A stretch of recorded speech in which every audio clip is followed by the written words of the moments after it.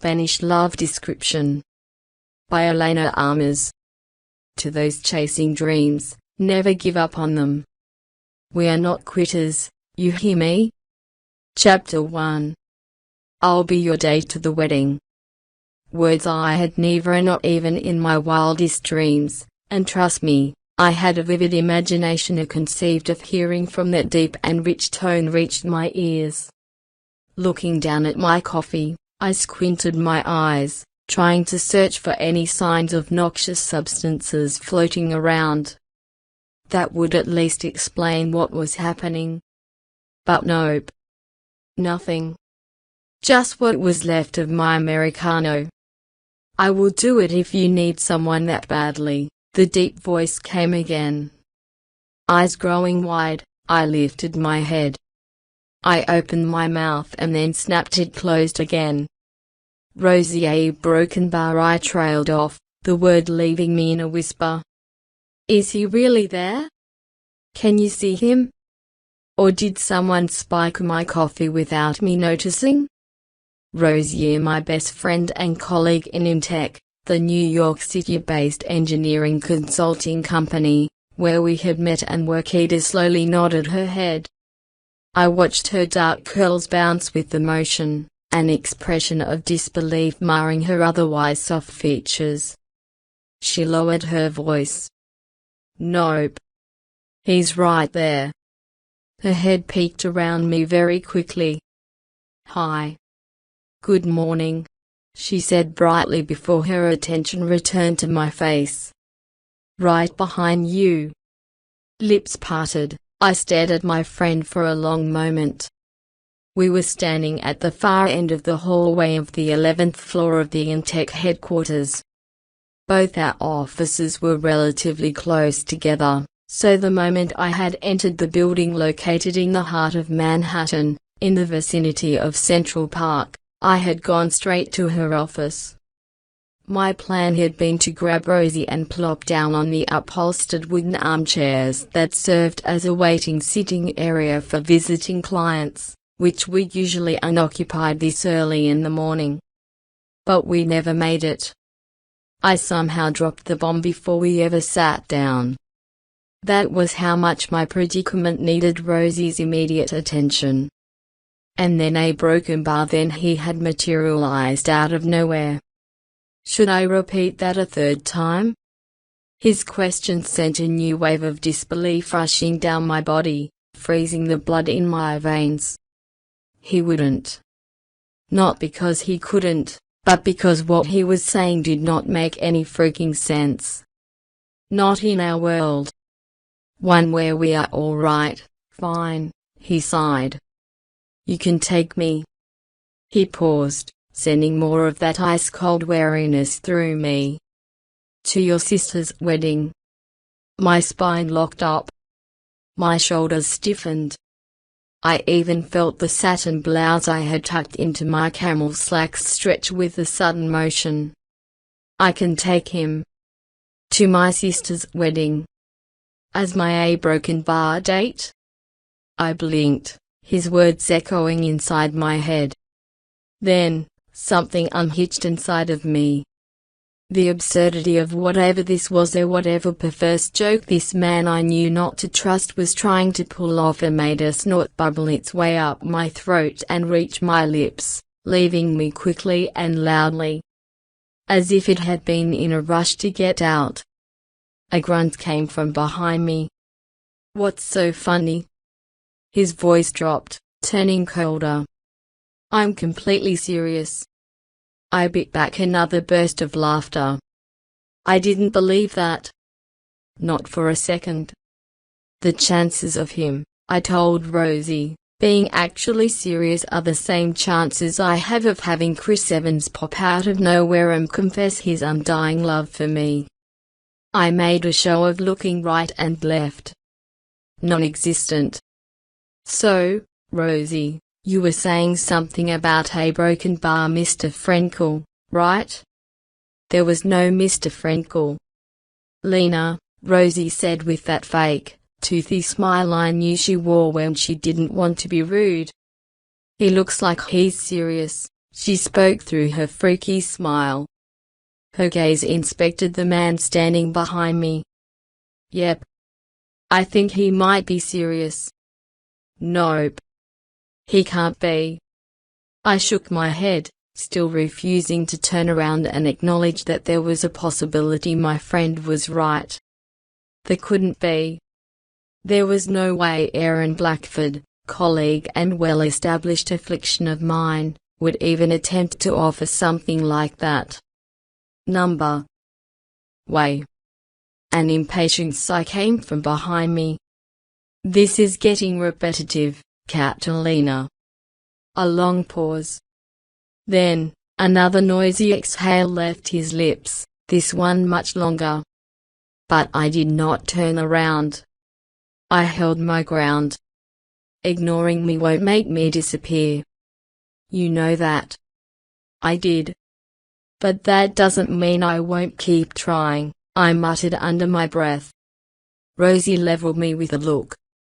Then, she peeked around me again, keeping that toothy grin in place.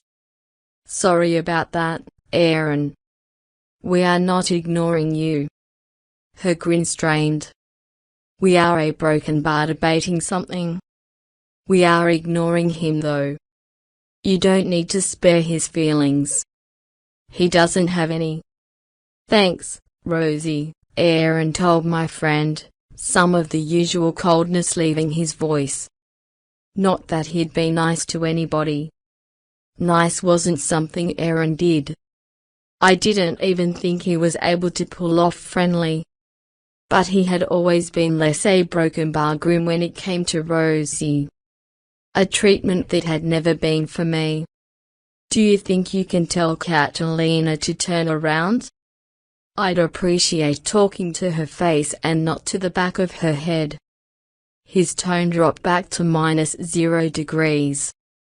That is, of course, if this is not one of her jokes that I never seem to understand, much less find funny.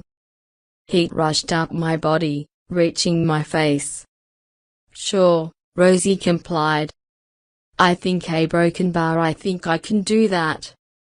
My friend's gaze bounced from that point behind me to my face, her eyebrows raised. Lena, so, Aaron would like you to turn around if this is not one of those jokes that are thanks, Rosie. I got that, I gritted out between my teeth.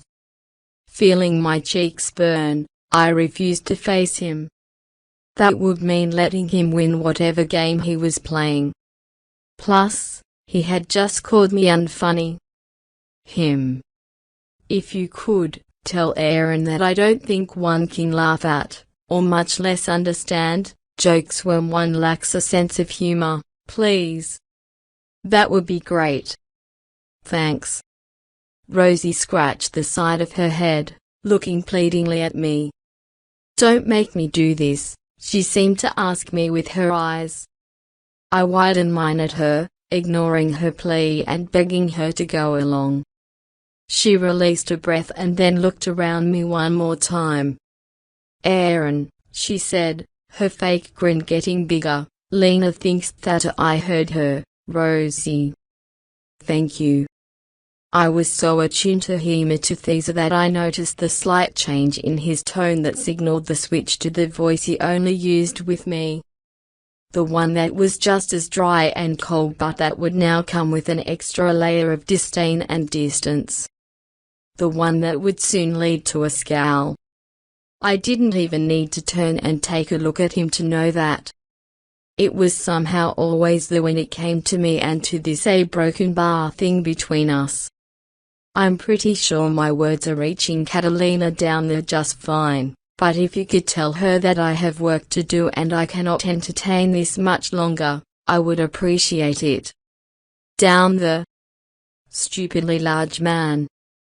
My size was average. Average for a Spaniard, sure. But average nonetheless. I was 5'3" or almost 4, thank you very much. Rosie's green eyes were back on me. So, Aaron has work, and he would appreciate how far I stopped myself when I heard the words sounding high-pitched and squeaky. I cleared my throat and tried again. If he is so busy, then please tell him to feel free to spare me. He can go back to his office and resume whatever workaholic activities he had. Shockingly paused to stick his nose in something that does not concern him. I watched my friend's mouth open, but the man behind me spoke before a sound could come out of her lips. So, you heard what I said? My offer. Good. A pause, in which I cursed under my breath. Then, what's your answer? Rosie's face filled with shock one more time. My gaze remained on her, and I could picture how the dark brown in my eyes was turning to red with my growing exasperation. My answer? What the hell was he even trying to accomplish? Was this a new, inventive way of playing with my head? My sanity? I have no idea what he's talking about. I heard nothing, I lied. You can tell him that too. Rosie tucked a curl behind her ear, her eyes jumping very briefly to Aaron and then returning to me. I think he's referring to the moment he offered to be your date to your sister's wedding, she explained with a soft voice. You know, right after you told me that things had changed and that you now needed to find some Ionia or anyone, I think you said to go to Spain with you and attend that wedding because, otherwise, you'd die a slow, painful death, and I think I got it. I rushed out, feeling my face burn again from the realization that Aaron had heard all of that. Thanks, Rosie. You can stop with the recap. Or I'd be dying that slow, painful death right about now. I think you used the word desperate, Aaron chipped in. My ears burned, probably flashing about 5 shades of radioactive red. I did not, I breathed out. I did not use that word. You a broken bar sort of did, sweetie. My best friend no, former best friend as of right now confirmed. Eyes narrowed, I mouthed, what the hell, traitor? But both of them were right. Fine. So, I said that doesn't mean I'm that desperate. That's what truly helpless people would say. But whatever makes you sleep better at night, Catalina. Cursing under my breath for the umpteenth time that morning, I closed my eyes briefly. This is none of your business, Blackford, but I'm not helpless, okay?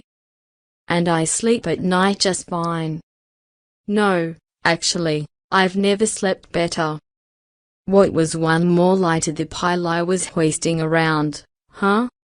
Contrary to what I had just denied, I was truly, helplessly desperate to find someone to be my date to that wedding. But that didn't mean it ashore. Ironically, out of all the damn words Aaron Blackford had said to the back of my head that morning, that one word was what made me break my stance to pretend I remain unaffected. That sure, sounding all condescending and bored and dismissive and just so Aaron. Sure. My blood bubbled. It was so impulsive, such a knee-jerk reaction to that 4-letter word which, uttered by anybody else, would have meant nothing, and that I didn't even realize my body was turning until it was too late. Because of his unearthly height, I was welcomed by a broad chest covered in a pressed white button-down that made me itch to fist the fabric and wrinkle it with my hands, because who pranced through life so sleek and spotless all the damn time? Aaron Blackford, that was who. My gaze trailed up rounded shoulders and a strong neck, reaching the straight line of his jaw. His lips pressed flatly, just like I had known they would. My eyes traveled further up then, reaching his blue eyes, a blue that reminded me of the depths of the ocean, where everything was cold and deadly, and finding them on me. One of his brows rose. Sure? I hissed. Yes. That head, topped with raven hair, gave one single nod, his gaze not leaving mine. I don't want to waste more time arguing about something you are too stubborn to admit, so yes. Sure. This infuriating blue-eyed man who probably spent more time ironing his clothes than interacting with other human beings was not going to make me lose my temper this early in the morning. Fighting to keep my body under control, I inhaled a long, deep breath. I tucked a lock of chestnut hair behind my ear. If this is such a waste of time, I genuinely don't know what you are still doing here. Please don't stay on my old Rosie's account. A non-committal noise left Miss Strader's mouth. I would have, Aaron admitted in a level tone. But you still haven't answered my question. That wasn't a question, I said, the words tasting sour in my tongue. Whatever you said was not a question. But that's not important because I don't need you, thank you very much. Sure, he repeated, turning my exasperation one notch up. Although I think you do. You think wrong. That brow rose higher. And yet it sounded like you really do need me. Then, you must be experiencing serious hearing issues because, yet again, you heard wrong. I don't need you, Aaron Blackford. I swallowed, willing some of the dryness away. I could write it down for you if you want. Send you an email, too, if that'd help at all. He seemed to think about it for a second, looking uninterested. But I knew better than to believe he'd let it go so easily. Which he proved as soon as he opened his mouth again. Didn't you say the wedding is in a month and you don't have a date? My lips pressed in a tight line. Maybe. I can't recall exactly. I had said that. Word for word. Didn't Rosie suggest that if you perhaps sat in the back and tried not to draw any attention to yourself, nobody would notice you were attending on your own? My friend's head popped into my field of vision. I did. I also suggested to wear a dull color and not the stunning red dress that Rosie, I interrupted her. Not really helping here. Aaron's eyes didn't waver when he resumed his walk down memory lane. Didn't you follow that by reminding Rosie that you were the mother freaking your word a maid of honor and therefore everybody and their mother your words again would notice you anyway? She did, I heard Miss Strater confirm. My head whirled in her direction. What? She shrugged, signing her death sentence. You did, honey. I needed new friends. ASAP. She did, Aaron corroborated, drawing my gaze and attention back to him. And did you not say that your ex-boyfriend is the best man and thinking of standing in the vicinity of him, alone and lame and pathetically singly? Those were your words again made you want to tear off your own skin? I had said that. But I hadn't thought Aaron was listening, otherwise, I would have never admitted it out loud. But he had been right there, apparently. He knew now. He had heard me openly admit that and had just thrown it at my face. And as much as I told myself I didn't care or that I shouldn't care, or the pang of hurt was there all the same. It made me feel all the more alone, lame, and pathetic. Swallowing the lump in my throat, I averted my eyes, letting them rest somewhere close to his Adam's apple. I didn't want to see whatever was in his face. Mockery. Pity. I didn't care. I could spare the knowledge of one more person thinking of me that way. His throat was the one that worked then. I knew because it was the only part of him I allowed myself to look at. You are desperate. I exhaled, the air leaving my lips forcefully. One noted that was all I gave him. And I didn't even understand why I had done it. This wasn't me. I usually fought back until I was the one who drew blood first. Because that was what we did. We didn't spare each other's feelings. This wasn't new. Then, take me. I will be your date to the wedding, Catalina. My gaze drew up very slowly, a strange mix of wariness and embarrassment washing over me. Him witnessing all this was bad enough, but him somehow trying to use it to his advantage? To get the better of me? Unless he wasn't. Unless perhaps there was an explanation, a reason, as to why he was doing this. Offering himself to be my date. Studying his face, I pondered all these options and possible motivations, not coming to any kind of reasonable conclusion. Not finding any possible answer that would help me understand why or what he was trying to accomplish. Only the truth. The reality. We weren't friends. We barely tolerated each other, Aaron Blackford and I. We were spiteful to each other, pointed out each other's mistakes, criticized how differently we worked, thought, and lived. We condemned our differences. At some point in the past, I would have thrown darts at a poster of his face. And I was pretty sure he would have done the same because I wasn't the only one driving along Haight Boulevard. It was a two-way road. Not only that, but it had actually been him, the one causing our fallout. I hadn't started this feud between us. So, why? Why was he pretending to offer me help? And why would I humor him by even considering it? I might be desperate to find a date, but I'm not that desperate, I repeated. Just like I said. His sigh was tired. Impatient. Infuriating. I'll let you think about it. You know you have no other options. Nothing to think about. I cut my hand through the air between us. Then, I smiled my version of Rosie's fake, toothy grin. I'd take a chimpanzee dressed in a tuxedo before taking you.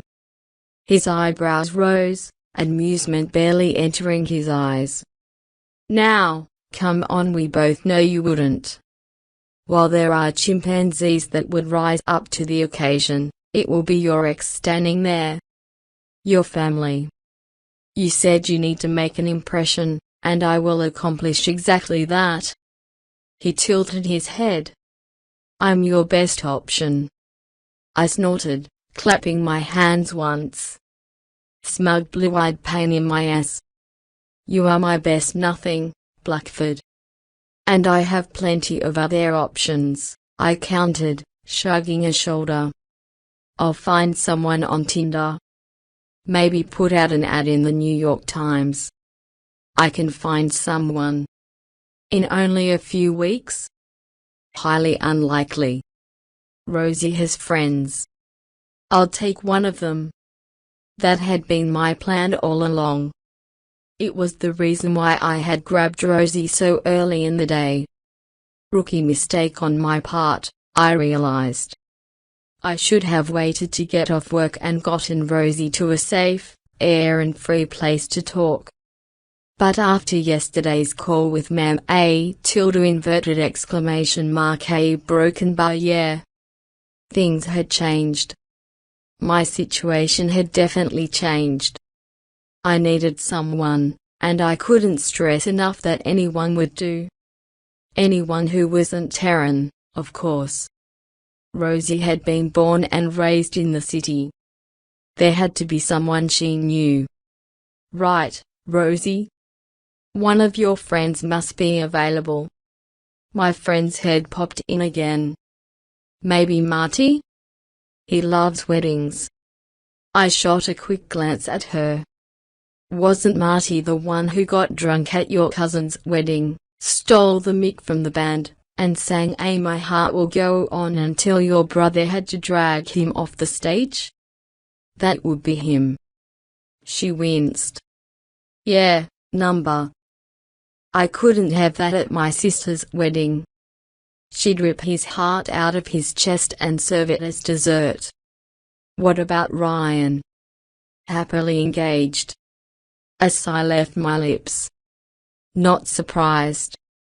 Ryan is a total catch. I know. That's why I tried so many times to get you two together, but I cleared my throat loudly, interrupting her. We ain't discussing why I am single. I quickly glanced back at Aaron. His eyes were on me, narrowed. How about a broken bar, Terry? Moved to Chicago. Damn it. I shook my head, closing my eyes for an instant. This was useless. Then, I'll hire an actor. Pay him to act as my date. That's probably expensive, Aaron said flatly. And actors aren't exactly lying around, waiting for single people to hire and parade them as their plus ones. I pinned him with an exasperated look. I'll get a professional escort. His lips pressed in that tight, almost hermetic way they did when he was extremely irritated. You'd take a male prostitute to your sister's wedding before taking me? I said, an escort, Blackford. Poor Dios, I muttered, watching his eyebrows bunch and turn into the scowl. I'm not looking for that kind of service. I just need a companion. That's all they do. They escort you to events. That's not what they do, Catalina. His voice was deep and icy, covering me in his frosty judgment. Haven't you watched any romantic comedies ever? I watched the scowl deepen. Not even The Wedding Date? No answer, just more of that Arctic staring. Do you even watch movies? Or do you just have broken bar work? There was a possibility that he didn't even own a television. His expression didn't change. God, I don't have time for this. For him. You know what? Not important. I don't care. I threw my hands up and then clasped them together. Thank you for a broken bar this. Whatever it was. Great input. But I don't need you. I think you do. I blinked at him. I think you are annoying. Catalina, he started, making my irritation grow with the way he uttered my name. You are delusional if you think you can find someone in such a short amount of time. Once more, Aaron Blackford wasn't wrong. I probably was a little delusional. And he didn't even know about the lie. My lie. Not that he'd ever do. But that didn't change the facts. I needed someone, anyone, but not him, not Aaron, to fly to Spain with me for Isabel's wedding. Because, A, I was the bride's sister and maid of honor. B, my ex, Daniel, was the groom's brother and best man. And as of yesterday, I had learned that he was happily engaged. Something that my family had been hiding from me. See, if you didn't count the few and pretty unsuccessful dates I had gone on, I had been technically single for roughly 6 years. Ever since I had left Spain and moved to the States, which had happened shortly after my one and only relationship exploded in my face. Something that every single attendee, because there were no secrets in families like mine and much less in small towns like the one I had come from, and knew about and pitied me for. And, D, there was my lie. The lie. The one I had sort of fed my mother and consequently the whole Martin clan, because privacy and boundaries did not exist when it came to us. Hell, by now, my lie was probably on the announcements page of the local newspaper. Catalina Martín, finally, not single. Her family is happy to announce that she will bring her American boyfriend to the wedding. Everyone is invited to come and witness the most magical event of the decade. Because that was what I had done. right after the news of Daniel's engagement had slipped past my mother's lips and reached my ears through the speaker of my phone, I had said that I'd be bringing someone too. No, not just someone. I'd said lied, deceived, falsely announced either that I'd be bringing my boyfriend, who technically did not exist yet. Okay, fine, or ever. Because Aaron was right. Finding a date in such a short amount of time was perhaps a little optimistic. Believing I'd find someone to pretend to be my made-up boyfriend was probably delusional. But accepting that Aaron was my only choice and taking him up on his offer? That was straight-up insanity. I see it's finally seeping in. Aaron's words brought me back to the present, and I found his blue eyes aimed at me. I'll let you come to terms with it on your own. Just let me know when you do. My lips pursed. And when I felt my cheeks burn again because how lame was I for him, Aaron Blackford, who had never even liked me a tiny little bit, to pity me enough to offer himself to be my date. I crossed my arms over my chest and averted my eyes from those two icy and ruthless spots. Oh, and, Catalina? Yeah? The word left my lips weakly. Ugh, pathetic. Try not to be late to our 10 o'clock meeting. It's not cute anymore. My gaze shot to him, a half stuck in my throat. Jerk. I swore right then and there that one day, I'd find a ladder high enough, climb it, and chuck something really hard at his infuriating face. 1 year and 8 months. That was how long I had endured him. I had been counting, biding my time. Then, with nothing more than a nod, he turned around, and I watched him walk away. Dismissed until further notice. Okay, that was a broken bar. Rosie's voice trailed off, not ending the statement. Maddening? Insulting? Bizarre? I offered, bringing my hands to my face. Unexpected, she countered. And interesting. Looking at her between my fingers, I watched the corners of her lips tug up. Your friendship has been revoked, Rosalind Graham. She chuckled. You know you don't mean that. I didn't. She'd never get rid of me. So a broken bar. Rosie linked her arm with mine and ushered me down the hallway. What are you going to do? A shaky exhale left my mouth, taking all my energy with it. A broken bar. I don't have the slightest idea. But I knew something for sure. I was not taking Aaron Blackford up on his offer. He wasn't my only option, and he surely wasn't my best one neither. Hell, he wasn't my anything. Especially not my date to my sister's wedding.